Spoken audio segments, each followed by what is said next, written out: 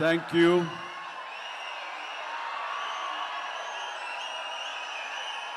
దూర ప్రాంతాల నుంచి,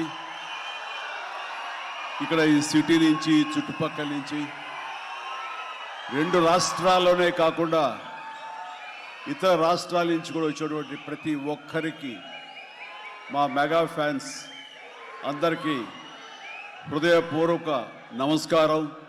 అలాగే మీకు నూతన సంవత్సర శుభాకాంక్షలు, అలాగే ముందస్తుగా సంక్రాంతి శుభాకాంక్షలు.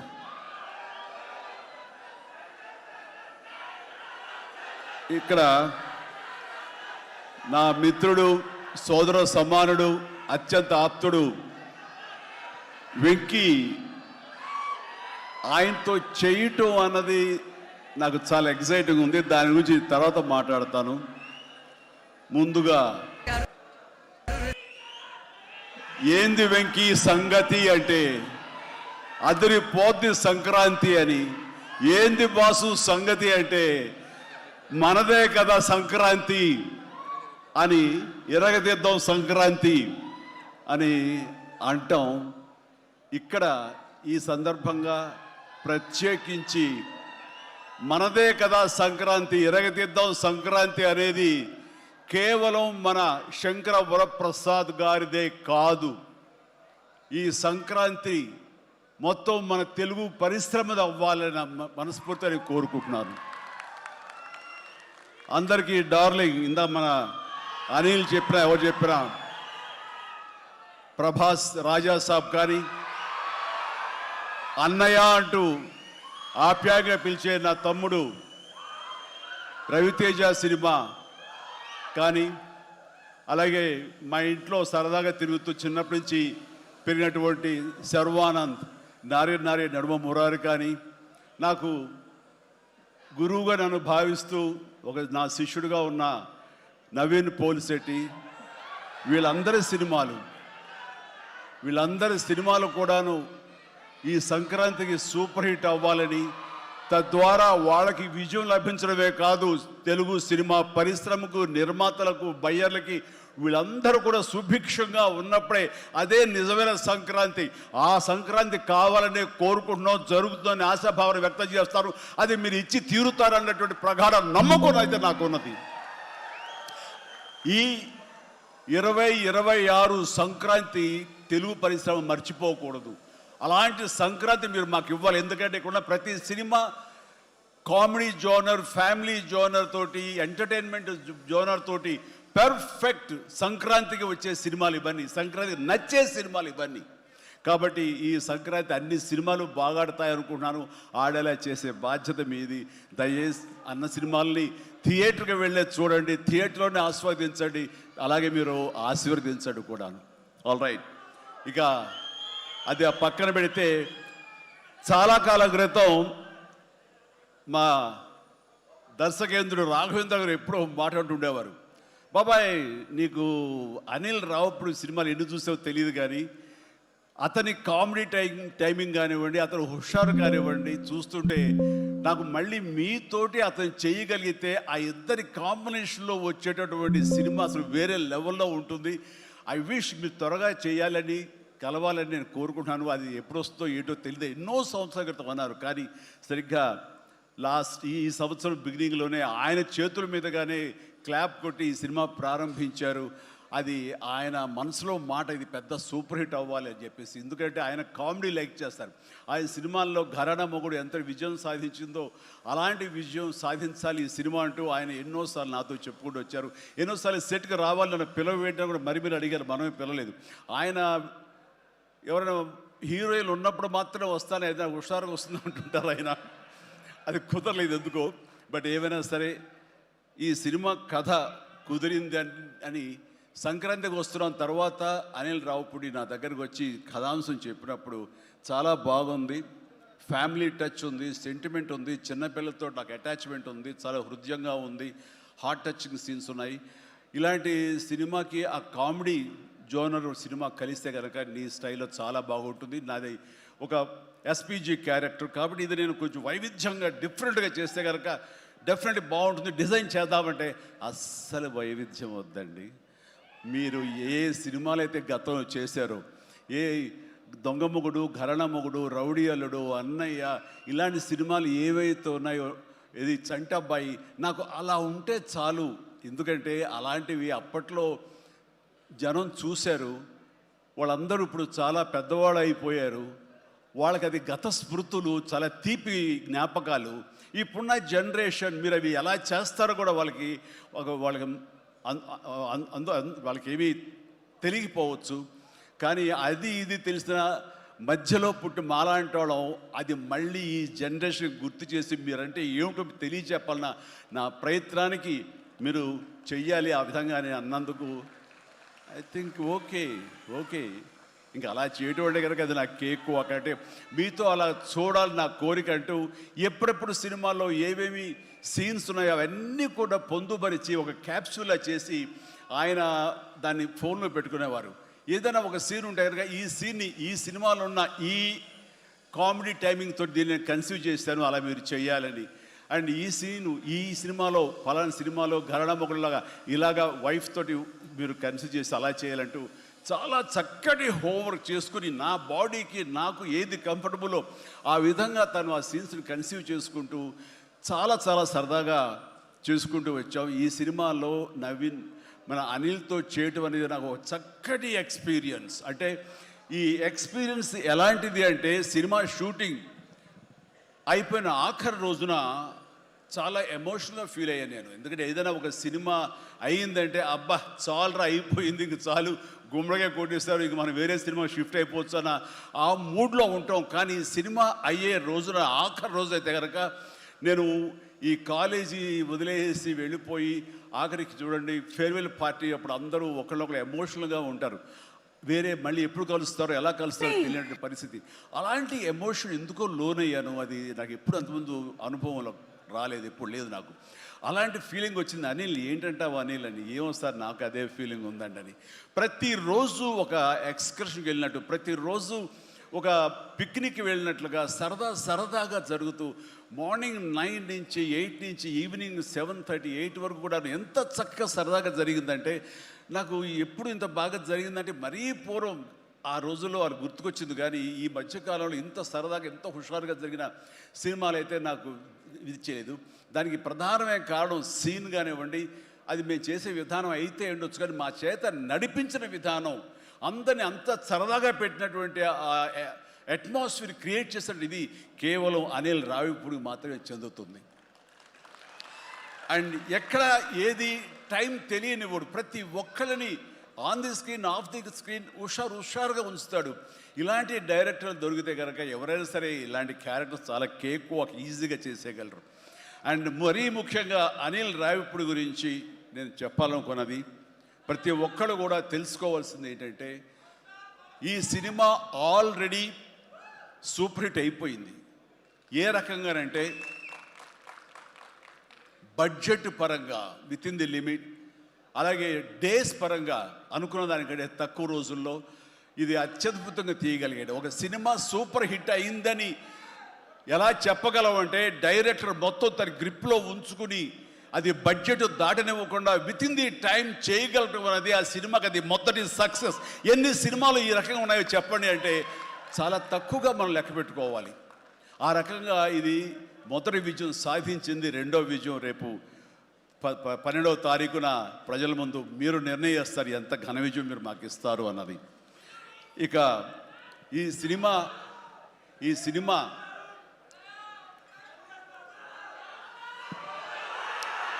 ఓకే,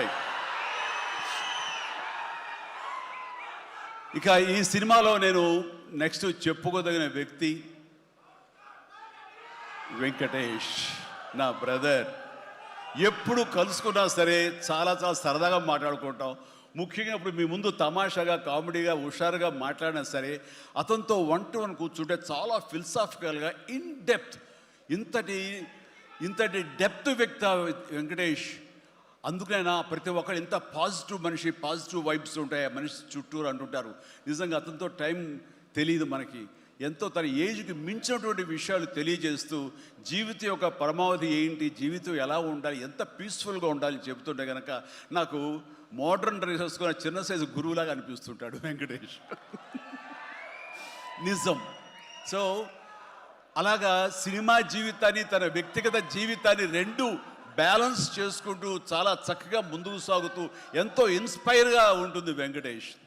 ఇక ఈ సినిమాకి వచ్చేసరికి ఎలా కుదిరింది, ఇందాక అనిల్ రావు ఇప్పుడు చెప్పాడు, ఆ హింట్ ఇచ్చింది మీ ఇద్దరం కలిపి చేసేలాగా ఏదైనా ఒక ఎపిసోడ్ క్రియేట్ చేసి అక్కడ వినియోగించుకుందాం, మా ఇద్దరు కాంబినేషన్ సినిమాకు ఉపయోగపడే విధంగా సినిమాలో అంతర్భాగంగా ఉండేలాగా అన్నందుకు అని చెప్పిన విషయం ఎలాగా ఇదేంటంటే ఒక ఐదేళ్ల క్రితం అనుకుంటా మీ ఇద్దరం అమెరికా వెళ్ళాం. లాస్ ఏంజల్స్ వెళ్ళినప్పుడు అక్కడ మిత్రుడి ఇంట్లో కూర్చున్నప్పుడు అంత ఎదురు బెదురు కూర్చొని పిచ్చాపాటి మాట్లాడుకుంటుండగా వాళ్ళు ఎవరు అబ్బా మీ ఇద్దరు చూస్తుంటే చాలా బాగుందండి, ఒక స్టిల్ తీసుకుంటామంటూ వాళ్ళు స్టిల్ దిగిపోతుంటే అక్కడ తీయదు చిరంజీవి కూర్చుంటారు, నేను నిలబడతాను అని చెప్పేసాడు. అదేంటి వెంకీ అలా కాదు నేను నిలబడతాను అన్నాను. లేదు ఇది నా మైండ్ లోపల ఎప్పటి నుంచో మీరు అట్లా బాస్లో కూర్చుంటే కనుక కాలు మీద కాలు వేసుకుని నేను వెనకాల నిలబడి ఉంటాను. ఇది ఒక మంచి స్టోరీకి స్టిల్ లీడ్ అవ్వాలి అంటే మన హాలీవుడ్ గాడ్ ఫాదర్ చూసారా, మెర్లిన్ బ్రాండో అండ్ ఆల్ పాచినో అలాంటి క్యారెక్టరైజేషన్స్. వెంకీ నువ్వు వెళ్ళి వాడు నరుకురా అంటే నువ్వు వెళ్ళి మ్యాస్గా నరికి వచ్చేస్తాను అంటే తనకి ఎప్పటి నుంచి ఉందో అలాంటి జోనర్ సినిమా చేయాలి, మా ఇద్దరు కాంబినేషన్ చేయాలన్న కోరిక ఉందో ఆయన వ్యక్తపరిచేసరికి నేను చాలా ముచ్చట పడిపోయాను. అదేవిధంగా స్టిల్స్ కూడా మేము దిగాము, అది ఎవరు లీక్ చేస్తారో నేనైతే లీక్ చేయలేదు, అది బయటకు వెళ్ళిపోయింది ఆ స్టిల్స్. అండ్ అలాగా అది నా మైండ్లో పడేసరికి అప్పటి నుంచి ఈ అవకాశం ఈ సినిమాలో వస్తుంది. ఆల్రెడీ వెంకీతోటి తన మంచి సినిమా ఇచ్చాడు అనిల్ రావుపూడి, తను మాత్రమే ఇద్దరిని జస్టిఫై చేయగలడు, ఇద్దరికి న్యాయం చేయగలడు అనే ఉద్దేశంతో నేను తనకి హింట్ ఇచ్చినందుకు దాన్ని అత్యద్భుతంగా డిజైన్ చేశాడు. ఎలాగంటే ఇద్దరు దీంట్లో చెప్పలేవే లీక్ చేస్తాను భయంగా ఉంది, ఎందుకంటే ఇలా వదిలేస్తే మొత్తం స్టోరీ అంతా డైలాగ్ చెప్తాను నేను, అది బాగుండదు, మీకు అక్కడ థియేటర్లో చూసి ఎంజాయ్ చేయండి, అంత బాగుంది. అయితే వెంకితోటి నేను సినిమా షూటింగ్ చేస్తాను లేదు, ప్రతిరోజు ఇద్దరు పిచ్చిగా చేసావు, ఎంత ఎంజాయ్ చేసావంటే మీకు వీళ్ళు సినిమా యాక్టింగ్ చేసేట్టుండదు, ఇద్దరు కలిపి అల్లరి కుర్రవాళ్ళలాగా ఆ సెట్లో చేసావు, అదే క్యాప్చర్ చేశాడు, అది బాగా పండుతుంది. రేపు మీరు కూడా థియేటర్స్లో దాన్ని మీరు ఆస్వాదిస్తారు, డెఫినెట్గా ఎంజాయ్ చేస్తారు. అండ్ డెఫినెట్లీ లాస్ట్ ఫేజ్ వచ్చేసరికి సినిమా ఎక్కడికో లేచిపోతుందంటలో ఎలాంటి సందేహం లేదు. అండ్ ఆ రకంగా ఈ సినిమాకి తన వంతు పార్ట్గా, తన వంతు బాధ్యతగా తను ఒప్పుకున్నందుకు, మేము అడిగినందుకు తను ఒప్పుకున్నందుకు, ఈ సినిమాకి పూర్తి స్థాయి న్యాయం చేసి ఈ సినిమా మరో లెవెల్కి చేరుకోవడానికి దోహదపడిన వెంకటేష్కి మనస్ఫూర్తిగా సభాముఖంగా నా ధన్యవాదాలు చెప్తాను. ఏంది వెంకీ అంత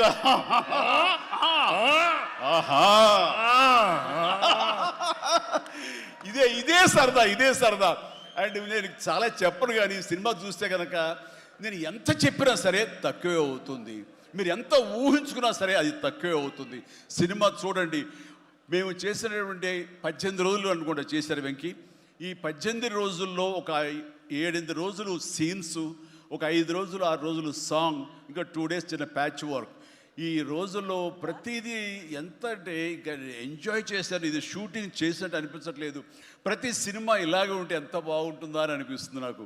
అందుకని మనస్ఫూర్తిగా సభాముఖంగా అందరి సమక్షంలో వెంకటేష్కి ఇది మన ఇద్దరి మధ్య ధన్యవాదాలు తెలియజేస్తూ, ఇది మచ్చు తురక. ఇందాక అనిల్ రావిపూడి అడిగినట్లుగా ఈ కాంబినేషన్ ఫుల్ ఫ్లెడ్జ్డ్గా ఎప్పుడు దొరుకుతుందంటే వెంకీ నేను రెడీ. అండ్ అనిల్ రావిపూడి ఎవరో ఎందుకు, ఈ అవకాశం నువ్వే తీసుకుని ఖచ్చితంగా నువ్వు స్టోరీ రాసుకో, మీ ఇద్దరం ఇదే ప్రాణం పెట్టి, ఇదే హుషారు పెట్టి, ఇదే గిలిగింతలతో మీకు సినిమా చేసి పెడతాం. కానివ్వండి, ఎప్పుడు వస్తుందో తెలియదు. తర్వాత అలాగే నయనతార ఈ సినిమాలో ఏం చేశాడో, ఎలా ఒప్పించాడో కానీ మన అనిల్ రావిపూడి. అంతకుముందు 2 సినిమాలు చేశాను, తెలుగు గాడ్ ఫాదర్ కానివ్వండి, లేకపోతే సైరా కానివ్వండి. ఆ సినిమాలో తను చాలా గుమ్మరంగా ఉంటుంది, తన పని చేసుకుంటుంది, డిగ్నిఫైడ్గా ఉంటుంది, వెళుతుంది. కానీ మళ్ళీ అసలు ఈ సినిమాలో అయితే ఎంత సరదాగా కలిసిపోయిందో, ఓ ఫ్యామిలీ గర్ల్ లాగా మాతో కలిసిపోయి మా కుటుంబ సభ్యురాల్లాగా తను ఉండి ఎంత సరదాగా చేసిందో. నేను అన్నాను, ఏంటి అనిల్ ఏం చేసిందో, ఏం మాట్లాడావు, ఏం కన్విన్స్ చేసావు, తను ఇవన్నీ ఒప్పుకోవడం ఏంటి, ప్రమోస్కు రావడం ఏంటి, అడగగానే తను చాలా రెచ్చిపోయి అసలు నయనతార నుంచి కొత్త నయనతారలా కనబడి చేసావు, ఏం చేసావంటే అడగండి సార్ కొనుక్కొని అంతే. అంటే నా ఉద్దేశం అటు ఇటు తిరిగేదిలా. ఏం చేశాడో తెలియదు కానీ డెఫినెట్లీ ఆ అమ్మాయి అంత ఇష్టపడుతుంది. అండ్ నయనతారని అంత ఇదిగా గుడ్ హ్యూమర్లో పెడతాడు, సరదా కబుర్లు చెప్తాడు. అండ్ తను పని చేసుకుని సీరియస్గా ఉండే మనిషి కాదు కాబట్టి వాళ్ళు కూడా అంత ఇదిగా లైక్ చేస్తారు. కాబట్టి తను ఏది అడిగినా వెంటనే ఎలాంటి ఇన్హిబిషన్ లేకుండా వాళ్ళు ఒప్పుకుంటారు. అదే జరిగింది, అంత గుడ్ హ్యూమర్లో పెట్టాడు కాబట్టి ఈ సినిమాకి ఆ అమ్మాయి యాడెడ్ అట్రాక్షన్ అయ్యింది.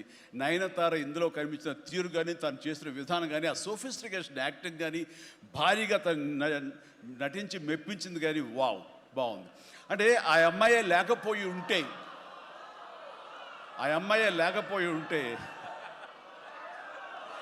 వావ్,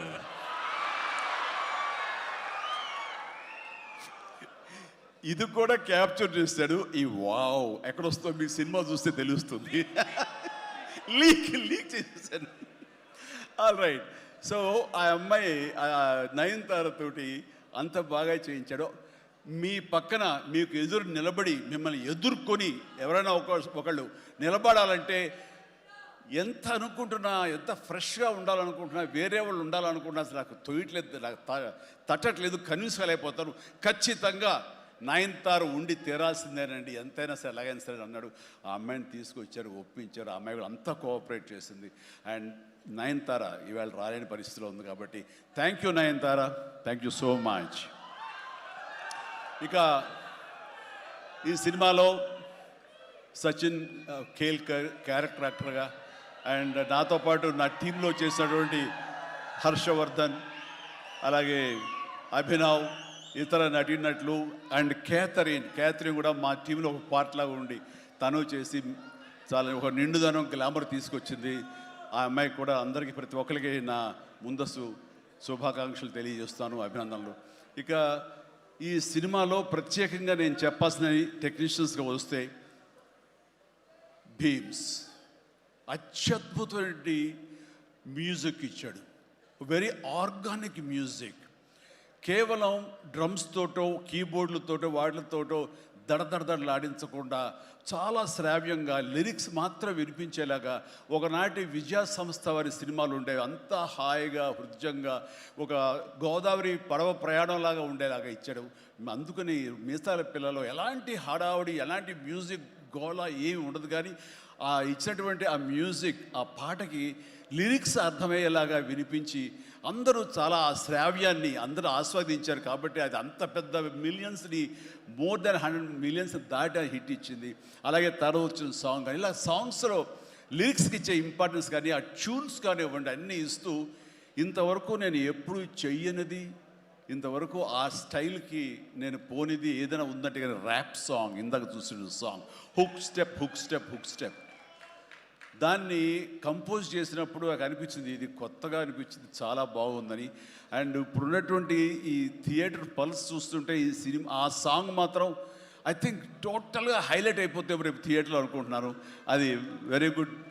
ఎందుకంటే ఆ సాంగ్ విన్న తర్వాత ఆ సాంగ్ వింటుండగా ఎదురుగా ఉన్న వెంకటేష్ ఆపుకోలేక డ్యాన్స్ చేశారంటే అదే చాలు. ఇక ప్రతి ఒక్కడు అదే స్ఫూర్తితోటి ప్రతి ఈ సినిమాని, ఈ సాంగ్ని ఆస్వాదిస్తారు. అలాగా సాంగ్స్గా అన్నీ అత్యద్భుతంగా ఇచ్చినటువంటి మన భీమ్స్కి ప్రత్యేకించి ఆ తర్వాత ప్రతి ఒక్కరు చిరంజీవిని ఇంత గ్లామర్గా ఉన్నాడు, చిరంజీవిని ఇంత ట్రిమ్గా ఉన్నాడు, ఇంత ఇదిగా ఉన్నాడు, ఎలా తగ్గాడు. నా వ్యక్తిగతంగా నేను చేసిన ప్రయత్నాలు పక్కన పెడితే తెర మీద అంత బాగా కనపడడానికి ప్రత్యేకించి మా డిఓపి, మా కెమెరామెన్ మన సమీర్ రెడ్డి చాలా చాలా బాగా చేశాడు. అండ్ సమీర్ రెడ్డితో వచ్చిన ఒక్క చిన్న గొడవ ఏంటంటేనండి, ఒక నిమిషం గ్యాప్ ఇవ్వడు, కూర్చుని కాఫీ తాగుతాం కదా అని ఇచ్చేలోగా మళ్ళీ షార్ట్ రెడీ అంటాడు. ఇంక అతనితోటి బహుశా అలా గనక అందరూ ఉండగలిగితే సినిమాలు 100 రోజులు దాటకుండానే ఫినిష్ చేయొచ్చు. అంతటి ఫాస్టెస్ట్ కెమెరామెన్ మా శరత్. అతను ఉన్నాడు కాబట్టి ఈ సినిమా 80-85 రోజుల్లో ఫినిష్ అయ్యింది. కాబట్టి ఆ credit goes to Sameer Reddy. ఇంత ఫాస్ట్గా అయినందుకు, విత్ ఇన్ ద బడ్జెట్ అయినందుకు, ఖర్చు కూడా చాలా తక్కువ. ఇలాంటి కెమెరామెన్ను మిగతా అందరూ ఉండగలిగితే కనుక చాలామంది ప్రొడ్యూసర్స్కి ఖర్చు తగ్గుతుంది. అండ్ అట్లాగే ఇక సమీర్, థ్యాంక్ యూ సమీర్. అందరూ బయట పొగుడుతుంటే కనుక నేను మనసులో నిన్ను పొగుడుకున్నాను. కాబట్టి థ్యాంక్ యూ సో మచ్ ఇంత గ్లామర్గా చూపించినందుకు. ఇక ప్రకాష్ మా ప్రొడక్షన్ డిజైనర్ ప్రకాష్ చాలా చక్కగా చూపించాడు. అండ్ తమ్మిరాజు గారు, అలాగే వీళ్ళన్నీ ఒక పక్కన ఉంటే కనుక అహర్నిశలు అంటే డే 1 నుంచి ఈవెల్ట్ వరకు కూడాను మన అనిల్ రావుపూడి స్టోరీ టీమ్, సాయి, నారాయణ, ఇంకా రాజేష్, ఇలాగ వీళ్ళందరూ ఉన్నారు. వాళ్ళ పేరు పేరున నేను వాళ్ళు పడ్డ కష్టాన్ని కానీ వాళ్ళు తీసుకున్న శ్రద్ధాశక్తులు కానీ హృదయపూర్వకమైన నాకు సంతోషాన్ని, అభినందనని, ధన్యవాదాలను తెలియజేస్తాను. వాళ్ళు అంత ఇదిగా ఉన్నారు. ఇక్కడ అనిల్ రావుపూడి గురించి ఇంకొక విషయం నేను చెప్పాలండి. ఏంటంటే అందరం సినిమా తీస్తూ ప్రేమించాలి. సినిమాని ప్రేమిస్తేనే మన యొక్క ఎఫర్ట్స్ తోటే సినిమాని ఆద్యంతం చాలా అద్భుతంగా తీయగలం మనం. అయితే సినిమా తీస్తున్నంతసేపు ఎంత ప్రేమిస్తాడో, ఎంత ఇష్టపడతాడో, ఎంత ఎంజాయ్ చేస్తాడో, అంత బాగా మన నుంచి యాక్టింగ్ రాబడతాడో, అంతకంత సినిమా పూర్తయిన తర్వాత కేవలం దానికి బాగుందా లేదా అని మళ్ళీ ఒకసారి తనుగా సమీక్షించుకున్నప్పుడు ప్రతిపక్ష నేత అయిపోతాడు.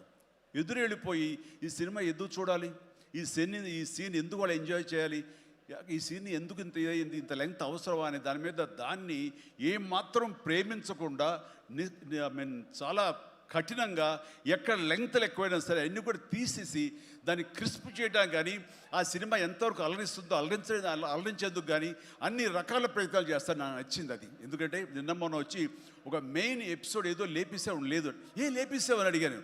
లేదు, అది కథకి అడ్డొస్తుంది, స్టోరీ నెరేషన్కి అది అడ్డుపడుతుంది కాబట్టి తీసేసారన్నాడు. అలా తీయాలంటే గట్స్ కావాలి. ఎంత కొంత అన్ని రోజులు ఎఫర్ట్ చేసాము, అది అవసరమా, అది వాళ్ళు తీసేసి ఏమనుకుంటారు, ఎలాంటి ఇది లేకుండా ఖచ్చితంగా నిష్కర్షగా దాన్ని తీసి అవతల పడేసాడు. దానివల్ల సినిమా పేస్ పెరిగిపోతుంది, సినిమా పరిగెడుతుంది, అండ్ ఎక్కడ ఆగట్లేదు, ఆలోచింప చేసుకునే విధంగా ఉండదు, ఎంజాయ్ చేయడం తప్ప. ఆ రకంగా సినిమాని ఎంత ప్రేమించి చేస్తామో ఆ తర్వాత అది ఫైనల్ వెర్షన్ బిఫోర్ ఆడియన్స్ దగ్గర వెళ్ళేటప్పుడు మనమే దాన్ని క్రిటిసైజ్ లాగా, క్రిటిక్ లాగా దాన్ని మనమే ప్రతిపక్ష హోదాలో ఉండి దాన్ని అన్ని రకాలుగా ట్రిమ్ చేసుకోగలిగితే అన్ని సినిమాలు చాలా బాగుంటాయని అనుకుంటున్నాను. అండ్ ఈ సందర్భంగా ఇక ఏమి లేదు, last but not least producers Sahu Garapati చిన్నవాడైనా సరే చాలా గుంభరంగా ఉంటాడు. ఎంతసేపటికి ఆ వర్క్ మీద తన ఇన్పుట్స్ ఏమి ఇవ్వాలనే దాని మీద ఆ ప్రయత్నాలు చేసుకుంటూ చాలా క్వైట్గా ఉంటాడు. ఎక్కడ కూడా ఏ రోజు కూడా ఏంటిది, ఇది జాప్యం ఏంటి, లేట్ ఏంటి అనేది ఏమి లేకుండా అంత కంఫర్టబుల్గా మా అందరికీ ఏర్పాటు చేశారు. దానికి ఆయన ఎఫర్ట్స్ కానీ ఆయనకున్న ఆ లిటిల్ ఎక్స్పీరియన్స్లో తనకు ఉన్నదానికి దీనికి మనస్ఫూర్తిగా సాహు ప్రత్యేకించి నా హృదయపూర్వక ధన్యవాదాలు. మంచి ప్రొడ్యూసర్ని నాకు అందించినందుకు మీకు నా ధన్యవాదాలు తెలియజేస్తాను. అండ్ అలాగే ఇంకా నా బిడ్డ సుష్మిత, తను ఈ సినిమా నేను చెయ్యాలి, ఈ పరిశ్రమ రావాలి అనుకున్నప్పుడు ఈ పరిశ్రమ ఖచ్చితంగా ఆదరిస్తుంది అని అనుకున్నప్పుడు ఒకటి మీరు కష్టపడి పనిచేస్తే కనుక ఇక్కడ రిజల్ట్ బాగుంటుంది, ఇక్కడ ఖచ్చితంగా మీకు ఆదరణ లభిస్తుంది, మీరు సక్సెస్ అవుతారని చెప్పినప్పుడు కష్టం అనేది నేను చిన్నప్పుడు ఇంట్లో చూశాను. అలాంటి నేను కష్టపడడానికి ఏమాత్రం నెరవను, ఏమాత్రం బెదరను, ఖచ్చితంగా చేస్తానంటూ ఈ సినిమా తనతోటి చెయ్యమ్మా, ఇద్దరు కలిపి చాలా మంచి కాంబినేషన్ అవుతుంది అనుకున్నప్పుడు ఆ సాహు గారు పడి తను బెస్ట్ కాంబినేషన్లో ఈ సినిమాని చేసి ఈ సినిమాలో ఒకసారి అయ్యో ఎందుకు ఇంత కష్టపడుతుంది, ఇంత కష్టం అవసరమా నాకు అనిపిస్తుంది తండ్రిగా. కానీ ఒక బిడ్డగా కేవలం ప్రొడ్యూసర్గా నేను మా నాన్నని, మా హీరోని నేను ఇంప్రెస్ చేయాలి, ఆయన ద బెస్ట్ నేను ఇవ్వాలి ఈ సినిమా అంటూ తను కూడా ఈ సినిమాలో ఒక మామూలు టెక్నీషియన్ లాగా, మామూలు ప్రొడ్యూసర్ లాగా తనంత కష్టపడి చేసింది. నేను ఒకటే సంతోషిస్తాను, తనకి అన్ని విధాలుగా అన్ని కంఫర్ట్స్ ఉన్నాయి, అన్ని రకాలుగాను తను ఈ సినిమాలు చేయాల్సిన అవసరం లేదు. తన ఫ్యామిలీని చూసుకుంటుంటే కనుక గడిచిపోతుంది ఈ జీవితం అంతా. కానీ అలా కాదు, నేనేదో సాధించాలి, నువ్వు సాధించి చూపించావు, లైఫ్లో ఎంతోమంది మార్గదర్శకంగా ఉన్నావు, అలాంటి నిన్ను ఆదర్శంగా తీసుకుని మేము ప్రూవ్ చేయాలి అనే దాంట్లో ఉంది. అండ్ అలా చేస్తూ ఈ రోజున ఈ సినిమా డెఫినెట్లీ హిట్ అవుతుంది. ఇలాంటి గర్వకారణమైన సినిమాని తండ్రిగా నాకు గిఫ్ట్ ఇచ్చినట్టుగా తను భావిస్తుంది, ఆ సంతోషం తను పొందుతున్నానని తెలుసు. అండ్ అలాగే కాకుండా ఈ రోజున ఈ పరిశ్రమలో నాకు చేదోడు వాదోడుగా ఉంటూ, నాకు భుజం కాస్తూ, అన్ని రకాలుగా నాకు అండదండలు అందిస్తూ, నాకు మరో బిడ్డ అనిపిస్తూ అండ్ ఇంటికి పెద్దదైనందుకు ఆ పెద్దరికాన్ని తను సొంతం చేసుకుంటూ నాకు అన్ని విధాలుగా చేదోడు వాదోడుగా ఉంది. అది థ్యాంక్ యూ పాప. అందరి ముందు ఇటు పక్కన అమ్మ ఇటు పక్కన ఉంది. ఇది రామ్ చరణ్తో పాటు నాకు మరొక బిడ్డ. అలాగే మా చిన్న పాప కూడా అక్కడ టీవీ చూస్తుంటేమో. థ్యాంక్ యూ నాన్న. ప్లీజ్ ఇదే రకంగా ఉండండి, ఇదే కష్టాన్ని నమ్ముకోండి. ఖచ్చితంగా భగవంతుడు మీకు ఆశీస్సులు అందజేసి ఇలాంటి విజన్ ఇస్తాడు. అండ్ మేము ఎంత ఇచ్చామన్నది కాదు పాప, మీరు ఎంత సాధించుకున్నారు అనేది నాకు మరింత గర్వంగా అనిపిస్తుంది. నువ్వు ఆ దిశగా వెళ్తావు. All the very best. ఆ తర్వాత ఇక్కడ చాలా దూరం వచ్చారు, మీరు అందరూ కూడా చాలా జాగ్రత్తగా వెళ్ళండి. మీ తల్లిదండ్రులు అందరూ కూడాను మిమ్మల్ని చూసి ఆనందపడాలి. మీ యొక్క సుదీర్ఘమైన జీవితాన్ని చూసి వాళ్ళు ముచ్చటపడాలి. అండ్ ప్రతి వాళ్ళు ఏదైనా సాధించాలనే ఒక దీంతో ఉండాలి. కాబట్టి నాకు తెలుసు నా అభిమానులు ఎప్పుడు కూడా నన్ను ఇన్స్పిరేషన్గా తీసుకుని మీరు అభివృద్ధిలోకి వస్తారని తెలుసు. And thank you. ఇదే అభిమానం, ప్రేమ మీరు నా మీద ఎప్పుడు చూపించాలి. Thank you so much. I love you all. Photo